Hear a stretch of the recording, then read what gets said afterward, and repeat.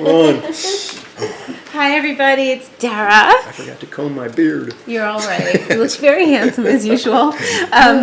We have Rehmannia back in the house, back in the kitchen, and I am so excited because our sound should be working. Do you see the sound bars going?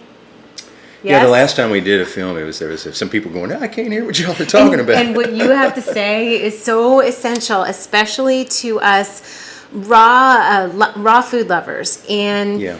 I just want to preface this. I'm going to really let Rehmannia, who is a master Taoist herbalist, carry this whole thing because he has so much information to share with us. I just want to say that I believe that raw foods are essential in this time for detoxification, and eating a high raw foods diet is a good thing to help us stay healthy and beautiful. I agree. And I also know that I have been doing my own little intuitive things with Tonic Herbs, and I think it's time to step up the knowledge for me and for everyone on this channel to know why Tonic Herbs help on a raw living diet. Yes. Yep, thank you. This has been a favorite subject of mine for about 5 years or so. In Chinese herbology, what we call TCM, I want to refer to that term TCM a lot because that's what current Chinese medical system, its initials TCM, traditional Chinese medicine. Okay. So I'll always say TCM. So Now we know what everybody's TCM going to know what TCM is. means. Okay. TCM. They have based their medicinal system that they use now, their herbology system, to become very complex. But they based it on my lineage. It was the original foundation, or the original nucleus of all that. And so we looked at things from a very root orientation. And then the current TCM practitioners have taken that to another level of sophistication, great level of sophistication. Okay. And they focus a lot on what we call qi, which we know is qi is the energy of life, the energy of but we look at qi in the body as the energy of metabolism. So it's the metabolism of something that we eat into energy, into what we call ATP in the Western world and all that. That's called qi. So current TCM is a lot of emphasis is placed on qi. Okay. And so that's why they get concerned when people talk about the raw food diet, because the raw food diet, it's in what my opinion and from my observation of it, its only potential, I don't want to use the word detriment or whatever, but problem or potential issue, that's a good word, is that it can dampen the spleen and qi, because the raw food diet is a yin diet, you see. Yin is watery food. Okay, yin is cooling and water. Yang is fire and heat and all that, combustion and all that stuff.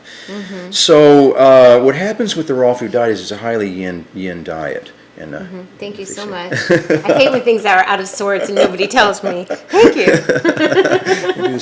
You're good. I think you're good. Okay. These pockets always get inside. That's what I don't like. Anyway, so the TCM practitioners are right when they say, not too much raw food. Now, they won't say that to everybody, but here's the situation. Because everybody's different. Right. Yes. But with women, in general, oftentimes, women can hold moisture here. And because women are what we call have a yin constitution. Yin is again water, the absorption. So women take in and they hold. So women are always the silent ones. Isn't that the truth? We take in, we hold, we absorb energy, we hold energy, and it tends to look like water retention. It gets bloating. The female body wants to have masses here. It's designed for that. And so having a yin constitution in general and taking in the raw food diet can be contraindicated with a woman with an overly yin constitution because the woman can get bloated, water edema and bloating. Now, when this happens, the spleen, the Chinese view the spleen as the central organ system in their whole spectrum of the 5 organ systems they look at. The spleen is right in the middle. Okay. And it needs to be like nourished all year round. The other organ systems are associated with various seasons, but the spleen, you always need to be nurturing it. The spleen, pancreas, duodenum, and small intestine, they represent a system. The spleen, let's say it again, the spleen, the pancreas, the duodenum, and the intestine? Small intestine. Small intestine, okay. And I liken the gallbladder in there a little bit too on this. Okay, gallbladder too. that is a system that is the governing system of qi, of the transformation of what we eat, and the turning and the churning and breaking down of that, rendering the nutrients out, the iron and getting them into the red blood, and then the blood is the carrier of the qi through the system. It goes out the arterial system, it comes back to the vascular system. Well, then that is the so the spleen, the pancreas are the governors of qi. Now let me go back to the damp before we go too crazy roundabout. The dampen, if certain women in particular eat a lot of raw food and start to retain the moisture, what happens is the spleen can get cooled down and get dampened. Okay. So that person's going to go to a Chinese acupuncturist, and they're going to say, damp spleen. Don't eat raw food. No raw food for you. Right? Right. And you're going to see that a lot, right? I've heard that a lot. I've actually heard that a lot. Okay. Yeah. How does a woman know if right. she is a retainer of... There's a lot of factors that I don't know if I'm fully it's too much trained to go into stuff like the menstrual cycles and all this, but it can affect what we call upright qi. So qi can trickle down. Women can have overbleeding, anemia. I'll get to all that. Okay. But it starts with the spleen, though. Okay. The spleen is the governor of the transformation of food into energy, and it needs to be warm and dry. It's like any stove. If you throw water on your stovetop burner, it's not going to heat the tea up as quickly, right? Right. Well, the stomach's like a pot of tea, and the spleen and the pancreas are the burners on the stovetop.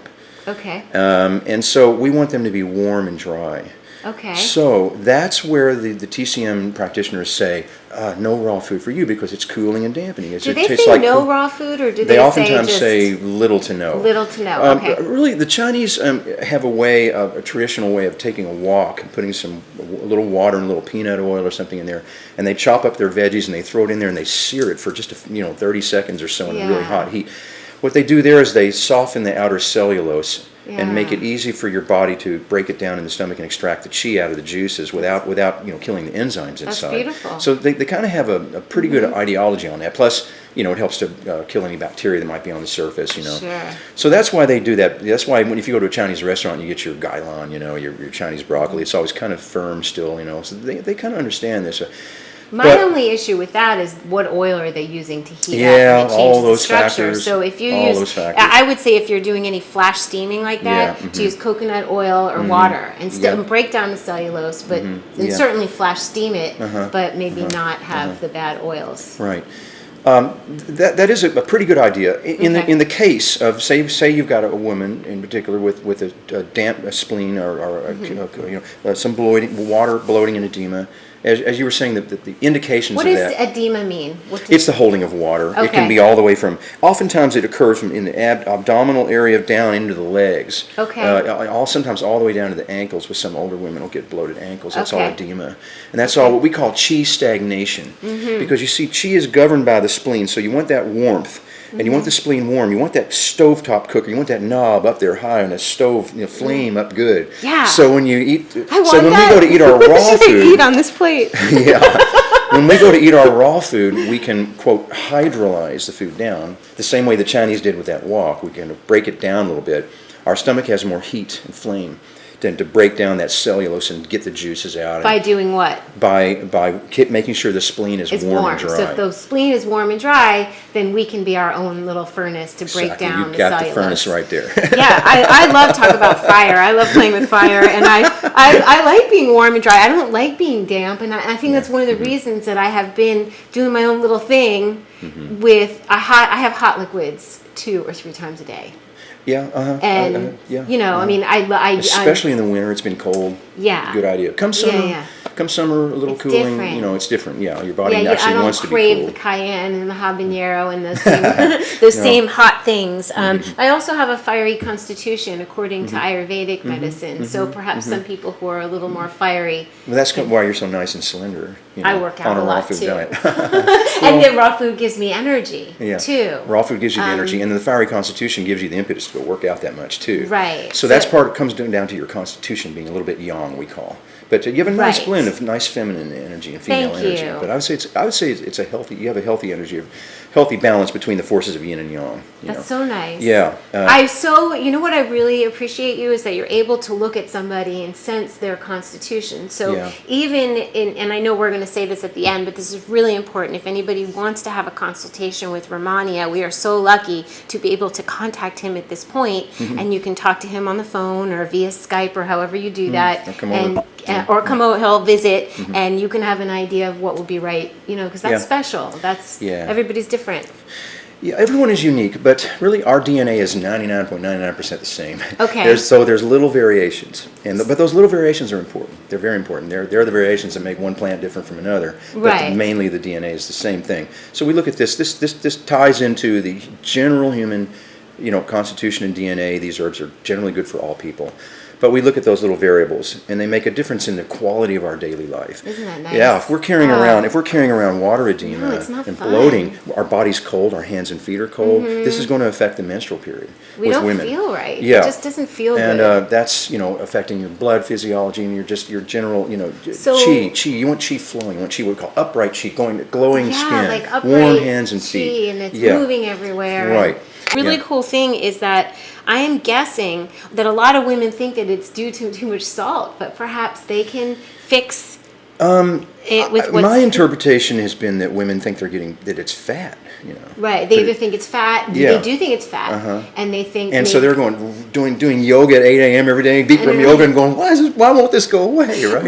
It's because they're just holding fluid. Now the raw food diet, on one hand, the spleen is nourished by all those enzymes. On the other hand, though, the dampness does inhibit the holding of the water. Okay, so the spleen is nourished. The spleen is nourished by raw food. Why do you like raw food? Well, actually, let me go to what happened to me to make me understand this. Okay. Because it ties into this, and I'm going to try and be concise. Okay. And I want him to talk for a really long time. Go ahead. I'm only kidding. I knew about the views of the Chinese acupuncturists had on raw food. We're off and then we're on again. It's okay? Yes. Now, this is cool. So you knew you weren't eating raw food at the time you started studying. I was eating raw food. A young guy came to work with us, and I got him hired there. His name is Truth Calkins. He's getting known now. Yes. So he worked with me starting out as an assistant of mine at the T-bar and everything there, and then he's now quite well known. He was into the raw food thing, and I already was too. But then the TCM practitioners who worked with us at Dragon Herbs said, "Oh, you guys shouldn't be eating all that raw food."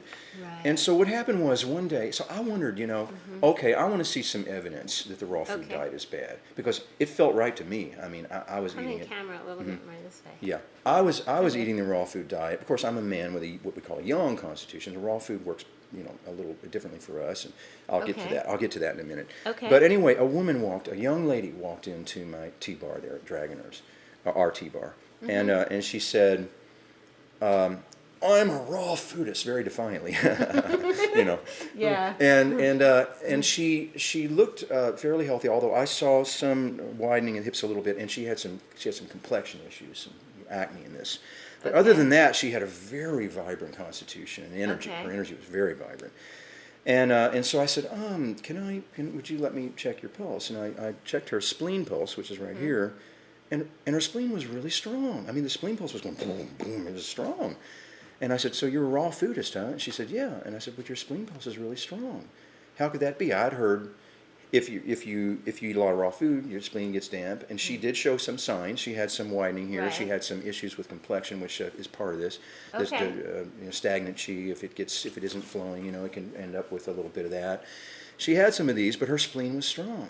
And I went, well, there's something going on. There's a benefit here. The organ system that we're talking about is actually very sufficient in her ability to extract nutrition from the food and turn that into chi. For her energy was good. It was vibrant. Yet she was holding some moisture here. Okay. So I said, okay, there's a good, but there's a little equation we got to figure out. And I was a raw food advocate for a long time. So this was about 5 years ago. Yeah. I thought about it a lot, and I was writing my book, Healing Thresholds, here. Which the first part of this book is about raw green juicing. So this is the only book in existence that talks about raw food and tonic herbs in the same equation in the same book. And I'm really proud of that because I started writing it like 10 years ago. Yeah. You are definitely the only person that I have ever heard talking about that the first person that I heard. That's what I was very excited. Nobody had tried, I guess, maybe people have, but nobody that I knew of or had tried to put the two together. Right. And I laid, reminiscing and ceiling gazing and said, what do I do here, and what do we do? Right. And then it dawned on me, within the Chinese materia medica, within the Chinese herbal system, have been developed over centuries herbal formulas that tonify the spleen and warm the spleen in the middle jiao without going to the adrenals. That's the key. You don't want to go to your adrenals and trying to get energy from that, because that we call false fire. That's what people do. That's what people are doing. That's what people are doing all day long. I know. There's many ways to do it. Right. So I looked into the Chinese materia medica, and I said there are formulas that have been designed to tonify and warm the spleen and help ameliorate damp. Yeah. And I went, well, they've got the answer right in their own materia medica. Right. But they only looked at it, the TCM looked at it in terms of a treatment of the condition of dampness to give them this formula, But what if... Instead of preventative. What I said was, what I thought was, what if... And then I looked up all these herbs and made sure they were safe for regular daily consumption, which they are. And I said, what if we thought in terms of using spleen tonic herbal elixirs for warming in the middle jiao, we call it, and warming and drying the spleen, helping to metabolize moisture, not just act as a diuretic, but metabolize moisture into qi. What if we use these? What if we think of these in terms of being a daily adjunct to the raw food diet? Now, I've gone to 2 or 3 Chinese doctors and said this, and every one of them has said, yeah, you might be right. It makes sense. Oh, those intelligent practitioners. So I'm very careful about what I do, and I spent the last 5 years just watching this, observing it, and from what I see, it seems to work. If a person has a yin constitution, which you can easily tell if you tend to just take in and absorb and be an absorbing person who's holding some moisture here, you have a yin constitution. If your hands and feet are cold, if you're having some mental fog, and if there's sometimes excess blood loss in the menstrual period, that means that not enough qi is being held upright. Qi is trickling down, these things, right? So you are a person who could really benefit from having these qi warming elixirs in your diet. Now, I know there was a TCM practitioner, a couple of them that I've talked with, that they said, now look, this, if you're going to talk about this kind of thing, it's a real science, and people really need to understand. Don't just take, hey, I think this is warm. Oh, it's a staunch. I heard that's warm. It's not quite that kind of thing. It's more like, this is a formula that's been worked out over thousands of years. So I'll tell you what this formula is. So you're saying this is a formula, meaning all of these things will come together in a package? Yes, they are composed of... What's this one called? I have a formula from Shaman Shack that's called Radiant Woman that has these in it. Okay, I just have to say that I see you, Shaman Shack all over. I went up to Ojai, and it's at Rainbow Ridge. Yeah, I know, those are the packages which I first saw at Euphoria Loves Revolution years ago, where you developed the different packages that people could get that's right for them. Yeah. There also is Shaman Shack. You make the products that Cafe Gratitude uses.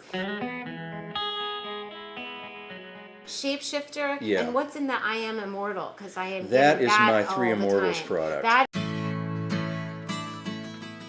is a gorgeous product. I wish we had that here to show, but it's called 3 Immortals, and it's a great tonic mixture if you don't want to mess around. ShamanShackHerbs.com.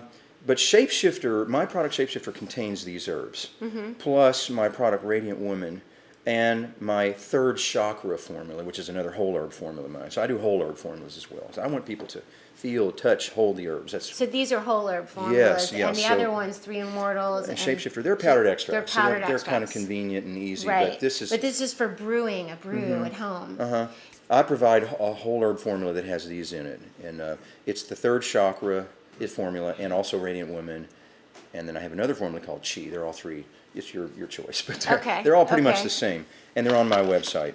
You can see them. So this is the main herb right here that is used in TCM and in Chinese herbology for what we say warm the middle jiao, they call it. There's 3 jiaos. The lower jiao is the reproductive stuff. Second jiao is the metabolic. The third jiao is the respiratory. So that's this. Yeah, this is warming the middle jiao, the spleen. Spleen. pancreas, duodenum, small intestine, Middle jiao. where food is broken down and turned into and gotten into the bloodstream to make chi for the body.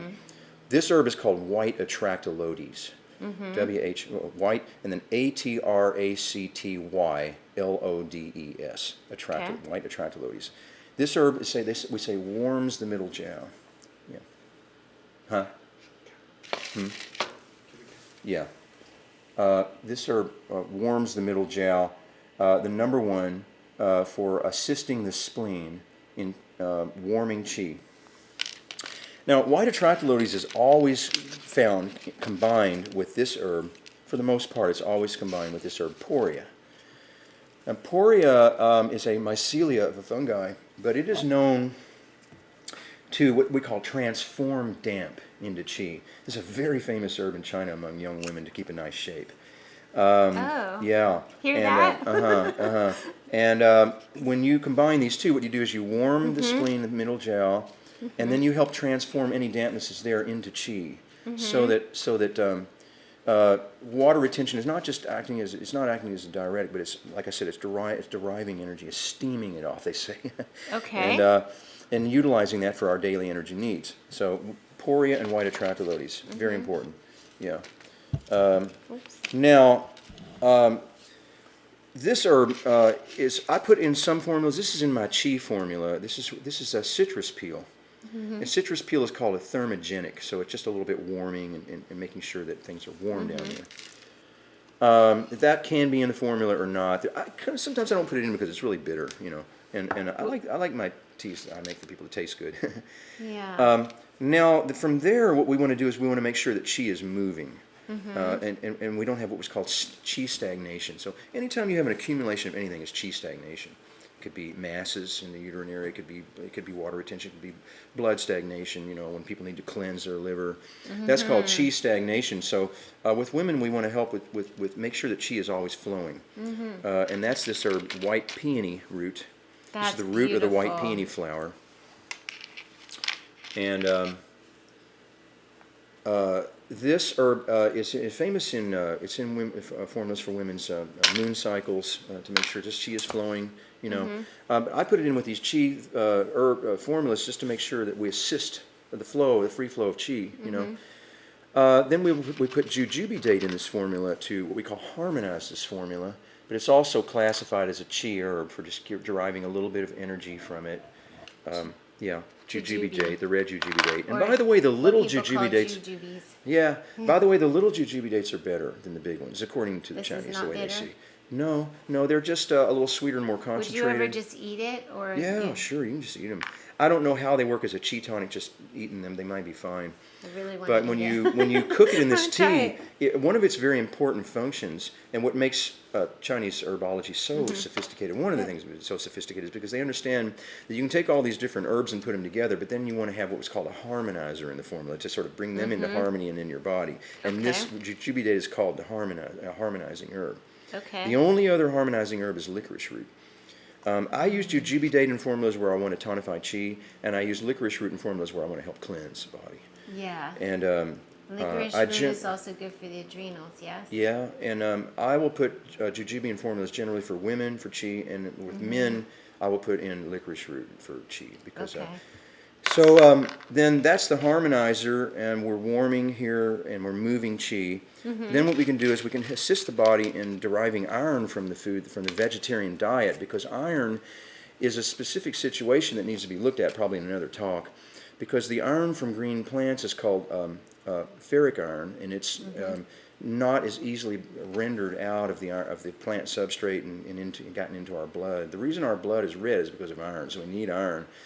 Iron is more readily and more easily attained through, animal diet. But what Dongguai seems to do, and I don't personally advocate an animal diet. I've been a vegetarian for 10 years. But again, it depends on a person's individual constitution, whether someone feels they tolerant and loving. But the iron from meat is called ferrous iron, and it is easier for us, or it's referred to as heme iron. It's much easier for us to actually render into our blood, and that's why humans have eaten meat in the past and all that, and do. But Dong Guai has some kind of effect on helping the body render more iron into the blood. It's still not known exactly how. I mean, there's a lot of research that's been done on this, but they just don't know how still. But this is Dong Guai. Dong Guai is a very important herb in helping maintain blood levels. I'm showing against your shirt. They can see it. if we have dampened spleen and spleen chi deficiency, then our body can't build blood as easily. Sometimes anemia can result in this too. So I always put up with women who are having spleen chi issues. I'll put a little bit of Dong Guai in there to help build the blood, help render, now, strengthen the blood. if they're not having spleen, this can't hurt. No, you know what I mean? Like anyone. if I'm not having issues, which I have to tell you, I used to have a lot of the symptoms you described. My hands used to be cold. I used to have foggy. I used to, but I'm balanced now. But this certainly wouldn't hurt me to not at all. brew In up fact, a pot of this. I've kind of gotten lately where I throw a little bit of Dong Guai in just about every formula I make, because I figure women always need to build blood for one thing, always, because women have moon cycles, but men need to also replenish and kind of cleanse their blood. Men's blood can actually get a little almost like rusty. My dad talked about this. He's given like 11 gallons of blood in his lifetime, and he thinks that's helped him to stay healthy. I know. Yeah, Dr. Gabriel Cousins said that to me one time. He said he thought that men's blood got a little bit rusty. Because they're not replenishing the same as we are, yes? Yeah. So donating some blood and then replenishing might be a good idea. Okay. I can't say as a professional on that, but you can think about it and look into it. It kind of sounds like it makes sense, but anyway, Dong Guai sounds like a good idea. And then lastly, Rehmannia. I got some Rehmannia out. Yeah, this is this is my favorite herb, I guess you might say. Reishi is probably my favorite herb, but that's another talk we've had on other things. We'll come back. This would be my second favorite. Because it's a very complex herb in its prepared state, which this is, a prepared Rehmannia, which is a secret process of steaming it in wine or something like that they do. Yeah, it's like chewy. Yeah, and it's very, very good. And it's delicious. Can eating this piece be a not good idea? Like, does it sit in your stomach and not digest? If you ate a little piece like that, I don't think there's going to be a problem. But it is contraindicated in the Chinese Materia Medica. It says one contraindication is they said it's a kind of a slippery herb, so it could cause maybe a little bit of a slipperiness down at the other end of what we eat. But I love this herb because this herb, it tonifies the kidney, but it helps the body nourish the blood. So it's kind of an interface between the chi herbs and the kidney. And the kidney is our longevity, our reproductive health, our genetics, And that's our true adventure is being held in the kidneys, And so this is kind of a segue herb between the chi herbs and the kidney. So I always put this in formulas to help nourish and send a little of this good chi energy down to be nourished and held in the kidneys, for long term. So this is a really sophisticated formula right here. This is it's pretty simple, safe. There are minor contraindications with some of these herbs. For instance, a pregnant woman wouldn't want to take white peony because it moves chi. Right. So we look at these kind of things. Right. And so the TCM practitioners who warn against just the wholesale hobnob use of tonic herbs, they are correct in their sense that they're concerned because there's a history and a science behind it. But I find it to be pretty simple to understand because it's just to the core. I mean, the basic core of health is the same. It's about making sure the chi is flowing. So if this resonates with you, if you feel that you could use moving chi in any way, then this is a safe way to go about adding tonic herbs into your diet, no matter what your diet is. Generally considered safe. Do your research, look into your needs. Check with your naturopath, check with your own intuition, check with your needs. Even check with an acupuncturist who does herbs and see what they say, But what I do here on this channel is I just like to share information. I like to share what I do personally, what works for me. I like to make things taste good. So what I will do with this plate is brew a pot. And then, do you feel it's okay to add a little bit of coconut oil in a blend and make it taste good in certain ways? So that's what I do here, is that I don't tell anyone what to do. I just simply show what I do and how I can make things taste good. So that's my place here. So for all of the practitioners out there, hats off to you, and please consult your local practitioner to get a better handle on which ones would be really specifically right for you. But this is general. And it's interesting to me that herbs, the term herbs is a fruit It's a, what is Rehmannia? Is it a root or is It's it a root of a plant It's that a root of a they plant. process through some secret process of steaming it in wine. Isn't that No, they nice? don't. Apparently it's been done in this one little village in China for hundreds of years, and It's they don't let chewy the and secret delicious. out. Yeah, it's very So, so in order to get these packages, so in this package would be the third chakra or the Radiant Women, or I also have a third formula called Chi, and that has the Chi. citrus peel in it. So my Chi Okay. formula is really the closestly related. I love In fact, it. every single herb here is in the Chi formula. I'm going over to the pot right now. I use an Emile Henry clay pot, and it's filled with water, and I'm going to go brew this. How long would you brew it for? The traditional decoction method of this is about an hour on a very low simmer in a covered pot, and then you Okay. let it cool. I think it's really wonderful to let it cool all night. Like take the pot off the stove and cover it with a big cloth or And towel. you can leave it out and leave it out and let it overnight. slowly cool. The next morning you get up and it's still warm, and it is like amazing. It's and then, delicious. like you said, some agave, some cacao. And you could cacao even to help Almond it milk, get to your, make a latte mocha thing. I want to make you something right now, but we have to wait an hour to brew them. But while we're on that, last thing I want to say is that sometimes if you go to a Chinese doctor, acupuncturist, and they give you their formulas, they can be those formulas that they work with in TCM can be very bitter and very intense. Yes. But one thing about the tonic herbs that I focus on in my lineage, that we focus on, is that they often, like you said, they taste pretty good. So these teas aren't bad. No, I can Yeah. drink yours straight. Lovely. They're absolutely lovely straight. I don't need to do too much to them. If anything, you could add a little titch of honey if you want, but I love very- it. And very especially when earthy I know taste. something is so good for me, it feels so good. Yeah. Yeah. I just can't, we're so lucky to have Rehmannia here to just share this information because there's a lot of, we don't need to work on fear. We need to work on the love of raw food and the love of good, wholesome food and knowing how to take care of ourselves. Absolutely. It doesn't have to be a big, complicated thing. Just order some third chakra. Yeah, it's our own personal education. We do need to look into what our unique nutrient needs are. Yes. But I think living food, chewed well. Today, just a friend called on the phone and mentioned, chewing, It's so important. like Dr. Bernard Jensen said, what was it, drink your food and chew your water. I thought that your was liquids. Gandhi, but I don't know. Yeah, he Was said, it Gandhi? I don't know. I just Yeah, I always think thought it it was. I don't Yeah. know, but I'm sure Dr. Bernard Jensen too. He says, right, drink your food and chew your liquid. And I think we all need to remember that. That assists chi, because the first enzymes are in the saliva, and you're breaking up the cellulose with your mastication. That's going to assist chi a lot, right there. Right. So instead of cooking your food, you can just chew it really well. Right. Note to selves, everybody. I am so appreciative of you. And whenever Rehmannia wants to come back, you're invited to talk about any tonic herb or any new idea that you have. Please take a look at his website. And thank you so It's much. ShamanShackHerbs.com. My book, Healing Thresholds, is there. My other book, my fictional story, which I'm really proud of, is there, as you can see. That's wonderful. Okay. All right. Get your greens on, everybody. Thank and you, your Dara, tonic for having herbs. me over. You're welcome. Wow. It's my pleasure. Thank you. Well, we left guys out of the equation. Yes. We realized that later on. We can't do that. No, we're talking about women. and Although it's a simple discussion, and the men in the chi equation is a little bit different, because guys generally are kind of ruled by chi. They kind of always have chi. We have what we call a yang constitution. So most men can eat a raw food diet and steam it off. You ever notice most raw food guys are skinny as a rail? Yes. And a lot of raw food women tend to be holding moisture. That's Yes. because men have a yang constitution. So I was talking about the flame, and we don't worry.